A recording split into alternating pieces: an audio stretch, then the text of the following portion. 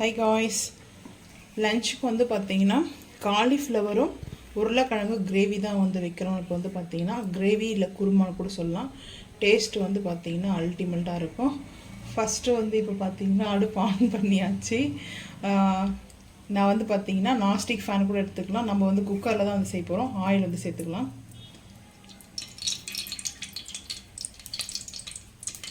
Oil வந்து சேர்த்துட்டேன். இப்போது ஆனியனை ப்ரெஸ் பண்ணி வச்சுக்கிறத சேர்த்துக்கலாம்.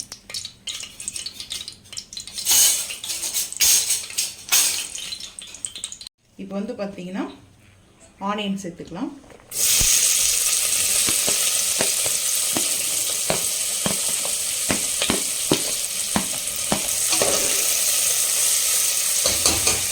வாட்டர் வச்சுருக்கேன். காலிஃப்ளவர் வந்து பார்த்தீங்கன்னா வாங்கிட்டு வந்ததேன். எப்போவுமே நான் வந்து பார்த்தீங்கன்னா ஹாட் வாட்டரில் வந்து பார்த்தீங்கன்னா இந்த மாதிரி போட்டு எடுத்துகிட்டு ஒரு பிஞ்சு மஞ்சள் பொடி, டர்மரிக் பவுடர் ஒரு பிஞ்சு வந்து சேர்த்துட்டு, ஸோ இப்படி வந்து இப்போ வந்து பார்த்தீங்கன்னா கரண்ட் வர ஆஃப் ஆகிடுச்சு. கரெக்டாக 2:20 ஆகுது டைம். கல் உப்பு வந்து சேர்த்துக்கிறேன். கல் உப்பு வந்து சேர்த்துட்டு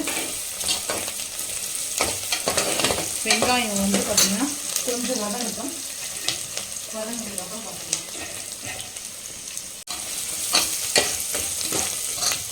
ஓன் கரம் மசாலா, அதில் வந்து பார்த்தீங்கன்னா சோம்பு, ரோஸ்டர் சோம்பு வந்து எடுத்துருக்கேன் நான். ஏன்னா அது வந்து டேஸ்ட் நல்லாயிருக்கும். இப்போ வந்து இஞ்சி பூண்டு பேஸ்ட்டு ஒரு ஸ்பூன் வந்து சேர்த்துக்கலாம். சேர்த்துட்டு தக்காளியும் ரொம்ப வந்து ஒரே ஒரு லீஃப் மட்டும் கட் பண்ணி சேர்த்தாச்சு. அது அப்படியே இப்போ வந்து பார்த்திங்கன்னா தக்காளியும் காரத்துக்கு தேவை. பச்சை மிளகாய் வந்து பார்த்திங்கன்னா இது ரொம்ப காரம் இல்லை, ஸோ அதனால் நான் வந்து இந்த மிளகாய் வந்து சேர்த்துக்கிறேன். தேங்காய் அரைக்கணும், கரண்ட் வந்துச்சுன்னா பரவாயில்ல.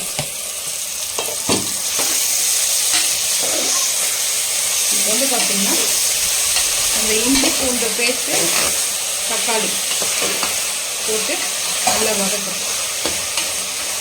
வதங்கட்டும் பார்க்கணும். இப்போ வந்து பார்த்தீங்கன்னா கருவேப்பிலை, தக்காளி வந்து வதங்கிடுச்சு. கருவேப்பிலையை வந்து சேர்த்துட்டு கொஞ்சம் வதக்கலாம்.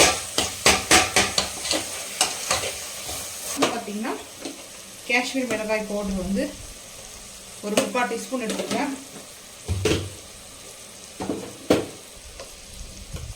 இது வந்து பார்த்தீங்கன்னா குருமா மசாலா வந்து பார்த்தீங்கன்னா ஒரு 1.5 சின்ன டீஸ்பூனில் ஒரு 1.5 டீஸ்பூன் வந்து பார்த்தீங்கன்னா ஆட் பண்ணிக்கிறேன். குருமாக்குன்னே இது வந்து வெஜிடேரியன் குருமாவும் செய்யலாம், நான்வெஜ் குருமாவும் செய்யலாம். ஸோ இப்போ அதெல்லாம் நல்ல வாசமாக இருக்குது. மிக்ஸ் பண்ணிவிட்டு இப்போது பொட்டேட்டோ வந்து சேர்த்துக்கலாம். இது வந்து பாயில் பண்ணாத பொட்டேட்டோ. ஸோ அதுக்கப்புறம் வந்து பார்த்திங்கன்னா ஹாட் வாட்டரில் வாஷ் பண்ணி எடுத்த காலிஃப்ளவர் சேர்த்துட்டு,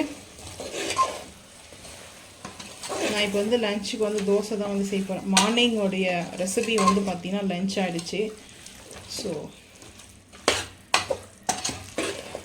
இந்த டைமில் புதினா கொத்தமல்லி ஒரு கைப்பிடி அளவுக்கு புதினா கொத்தமல்லி வந்து சேர்த்துட்டு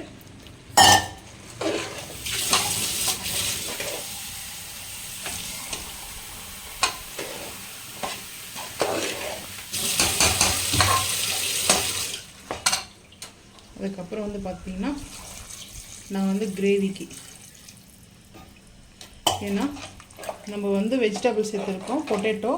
ஸோ இதெல்லாம் வந்து குக் ஆகணும். ஸோ அதுக்காக தான் வந்து பார்த்திங்கன்னா தேங்காய் பேஸ்ட்டு வந்து நம்ம வந்து சேர்த்துக்கலாம். நான் இப்போ வந்து தோசைக்கு வந்து பார்த்திங்கன்னா கொஞ்சம் வந்து பார்த்திங்கன்னா கிரேவியாக இருக்காது, கொஞ்சம் நம்ம தண்ணி குழம்பு சொல்லுவாங்க அந்த மாதிரி தான் இருக்கும். ஸோ இப்போ இந்த 2 விசில் வரணும், மூடி போட்டுடுவோம். அதுக்கப்புறம் கரண்ட் வந்ததுக்கப்புறம் தேங்காய் அரைக்கிறது. கரண்ட் வந்துச்சு. இப்போ வந்து பார்த்திங்கன்னா தேங்காய் இது வந்து அந்த ப்ரௌனாக இருக்குது இல்லையா, அதெல்லாம் வந்து பார்த்திங்கன்னா கட் பண்ணி எடுத்துகிட்டு ஒயிட்டாக இருக்குது மட்டும் ஆட் பண்ணால் டேஸ்ட்டு வந்து குழம்பு வந்து பார்த்திங்கன்னா கிரேவி ஆகட்டும் இல்லை குருமாவாகட்டும் அல்டிமேட்டாக இருக்கும். ஸோ இப்போ இந்த மாதிரி வந்து தேங்காவை வந்து வாஷ் பண்ணது சேர்த்தாச்சு.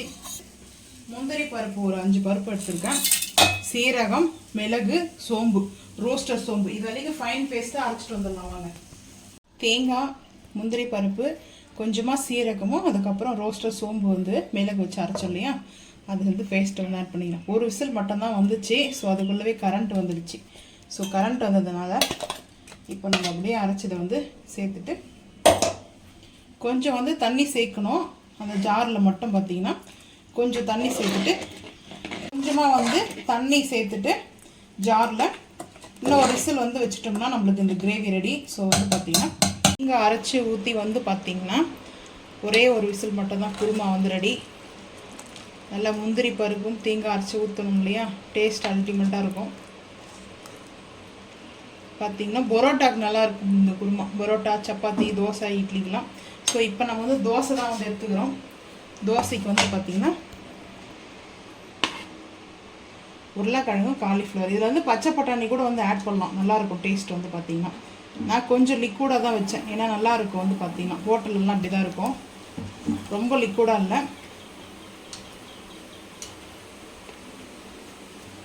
ஸோ ஃபைனலாக தோசை. இப்போ வந்து பார்த்திங்கன்னா தோசைக்கு நல்லா வந்து காரம் சாரமாக இல்லாமல் கொஞ்சம் மைல்டாக வந்து பார்த்திங்கன்னா வச்சுருக்கேன். கிரேவி வந்து பார்த்திங்கன்னா சூப்பராக இருக்கும். காலிஃப்ளவரும் உருளைக்கிழங்கும் குருமா வந்து ரெடி. ஸோ நீங்களும் இதே மாதிரி வந்து பார்த்திங்கன்னா பரோட்டாக்கும் நல்லாயிருக்கும் காம்பினேஷன் வந்து பார்த்திங்கன்னா இது குருமா. செஞ்சு பார்த்துட்டு மறக்காமல் வந்து கமெண்ட் பண்ணுங்கள். இந்த வீடியோ பிடிச்சா லைக் பண்ணுங்கள், ஷேர் பண்ணுங்கள், சப்ஸ்கிரைப் பண்ணுங்கள், பெல் ஐக்கான் வந்து கிளிக் பண்ணுங்கள். மறக்காமல் சேனல் வந்து ஃபாலோ பண்ணுங்கள். அப்போ தான் நம்ம போகிற வீடியோ நோட்டிஃபிகேஷன் வரும். தேங்க்யூ.